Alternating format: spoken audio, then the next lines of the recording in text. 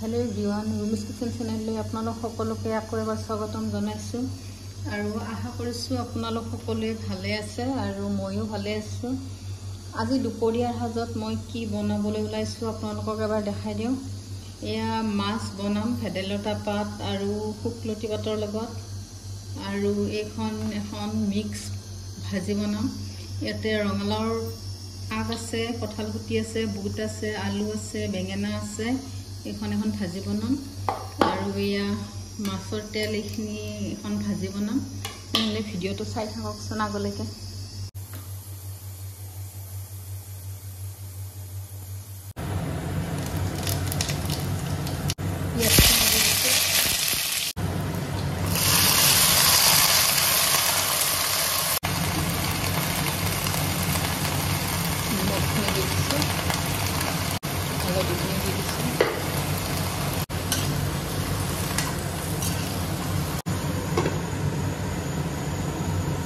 মাছখিনি নিমখ আৰু হালধি সানি লৈছো।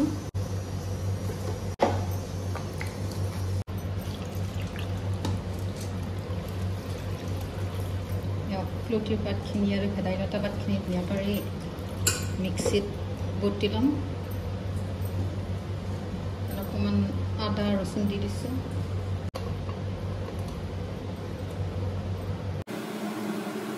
নিমখ অকণমান দি লৈছো। মাছখিনি খুব ধুনীয়াকৈ ফ্ৰাই কৰি ল'ম।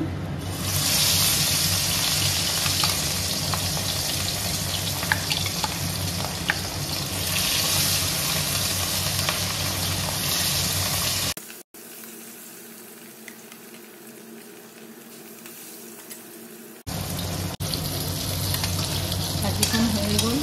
এনেকুৱাকৈ ভাজি কোনে কোনে খাই ভাল পাই জনাবচোন।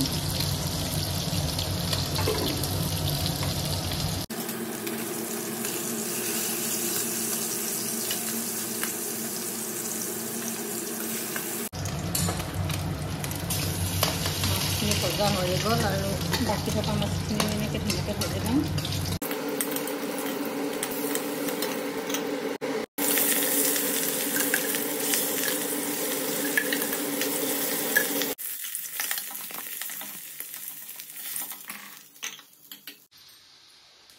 ইয়াতে অকণমান পাঁচফোৰণ দি দিছোঁ, অলপ পিঁয়াজো দি দিছোঁ।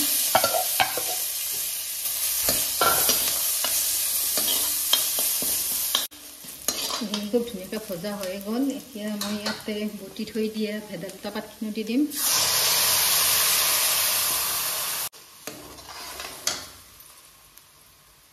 আৰু অলপ পানী দি দিছোঁ ইয়াতে।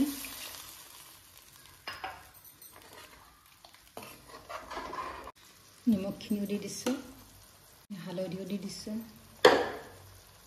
ভাজি থৈ দিয়া মাছখিনিও দি দিছোঁ, জিৰা গুড়া অকণমান দি দিছোঁ। ভেদাইলতা আৰু শুকলতি পাত পেটৰ কাৰণে খুব বেছি ভাল আৰু পেটৰ বেমাৰ হ'লেও খাব পাৰে ভেদাইলতা পাত আৰু শুকলতি পাতৰ জোল। আৰু এইখন তৰকাৰী খাই কোনে কোনে ভাল পায় জনাবচোন।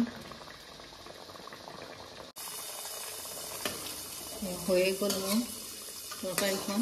আৰু যিসকলে মোৰ ভিডিঅ'টো নতুনকৈ চাইছে মোৰ চেনেলটো ছাবস্ক্ৰাইব কৰিব বুলি আশা ৰাখিলোঁ।